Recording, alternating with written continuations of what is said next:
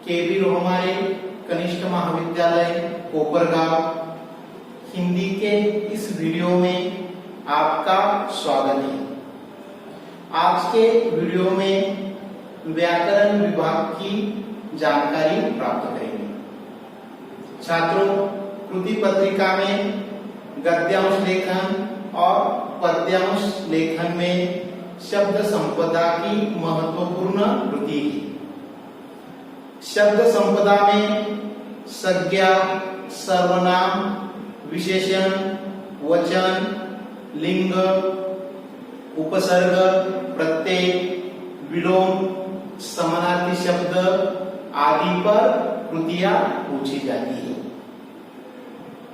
आज के इस वीडियो में हम संज्ञा, सर्वनाम, विशेषण, वचन और लिंग का अध्ययन करेंगे। सबसे पहले संज्ञा का अध्ययन करेंगे। संज्ञा की परिभाषा देखिए। किसी व्यक्ति, प्राणी, वस्तु, भाव तथा स्थल के नाम को संज्ञा कहते हैं। फिर से एक बार दोहराता हूं। किसी व्यक्ति, प्राणी, वस्तु, भाव तथा स्थल के नाम को संज्ञा कहते हैं। कुछ उदाहरण देखेंगे। शरद अच्छा लड़का है। शरद अच्छा लड़का है। अब इस वाक्य में शरद एक व्यक्ति का नाम है, इसीलिए शरद संज्ञा है। उसी प्रकार दूसरा वाक्य देखिए। पुणे बड़ा शहर है। पुणे बड़ा शहर है। इस वाक्य में पुणे एक स्थल का नाम है, इसलिए पुणे संज्ञा है। अब कृति पत्रिका में किस प्रकार की कृति आती है कि निम्नलिखित वाक्य में संज्ञा की पहचान कीजिए। उदाहरण स्वरूप मेज पर किताब है। अब इस वाक्य में संज्ञा कौन सी है? मेज। इस प्रकार की कृतियां परीक्षा में आएगी।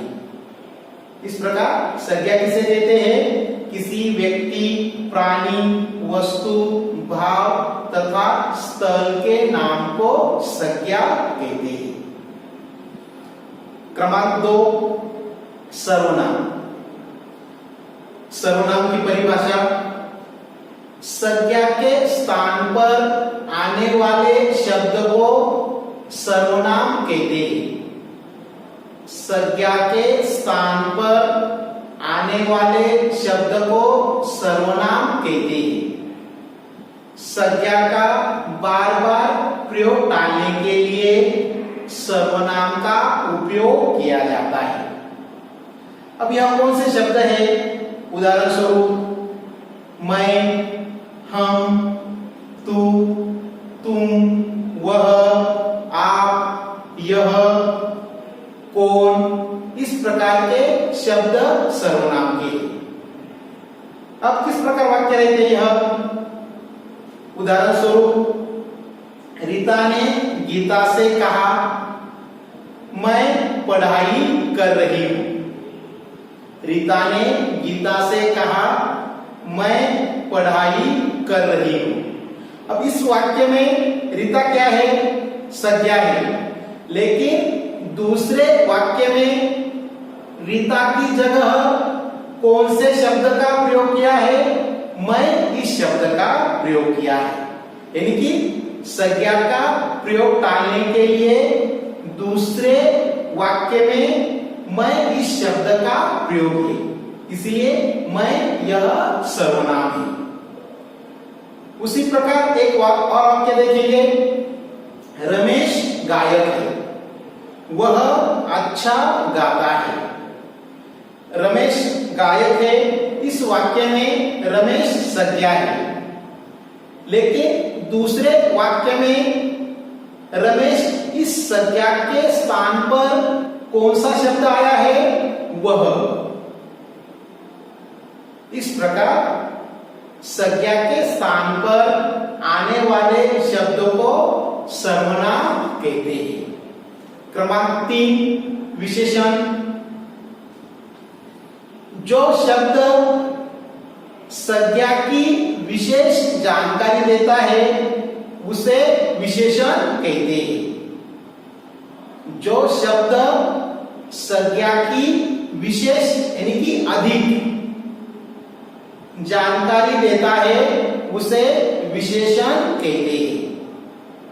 उदाहरण स्वरूप राम अच्छा लड़का है। अब इस वाक्य में संज्ञा कौन सी है राम, और राम इस शब्द के बारे में कौन से शब्द ने अधिक जानकारी दी है अच्छा, यानी कि राम कैसा लड़का है तो अच्छा, यानी कि अच्छा इस शब्द ने राम संज्ञा के बारे में अधिक जानकारी दी है, इसीलिए अच्छा यह शब्द विशेषण है। उसी प्रकार हिमालय पर्वत ऊंचा है। अब इस वाक्य में हिमालय संज्ञा है और इस हिमालय संज्ञा के बारे में कौन से शब्द ने अधिक जानकारी दी है सही है, ऊंचा इस शब्द ने अधिक जानकारी दी है, यानी कि हिमालय पर्वत कैसा है उत्तर क्या आ जाएगा ऊंचा, यानी कि ऊंचा यह शब्द क्या करता है संज्ञा के बारे में अधिक जानकारी देता है। अब कृति पत्रिका में किस प्रकार की कृति रहेंगी, निम्नलिखित वाक्य में विशेषण की पहचान कीजिए। उदाहरण स्वरूप वाक्य है पुणे बड़ा शहर है, पुणे बड़ा शहर है। अब इस वाक्य में पुणे संज्ञा है, लेकिन कौन से शब्द ने अधिक जानकारी दी है बड़ा इस शब्द ने अधिक जानकारी दी है, यानी कि पुणे कैसा शहर है बड़ा, इसीलिए बड़ा यह विशेषण है।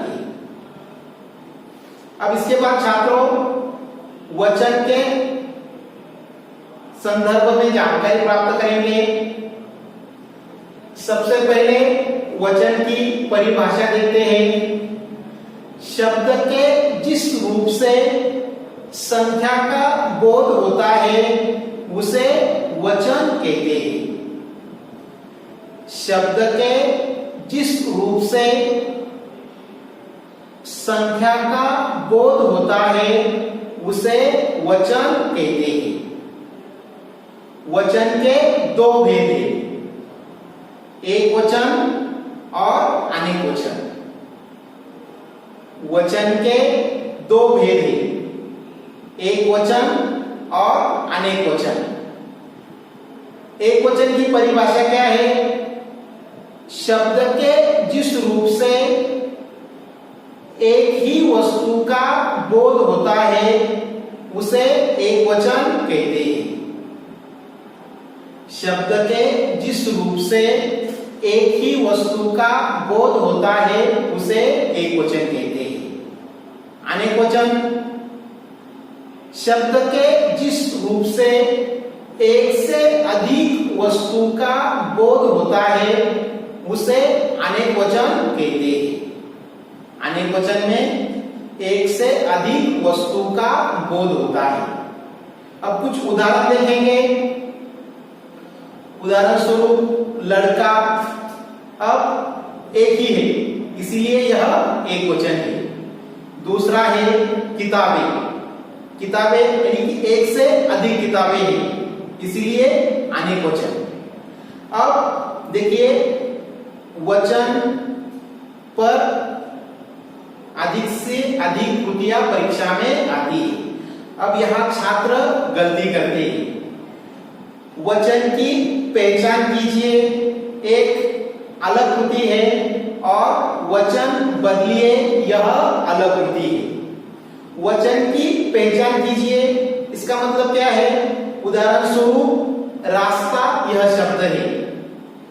अब इसकी पहचान किस प्रकार करनी है कि रास्ता यह एक वचन है या अनेक वचन है, यह हमें लिखना है। रास्ता एक वचन, इसकी पहचान करनी है।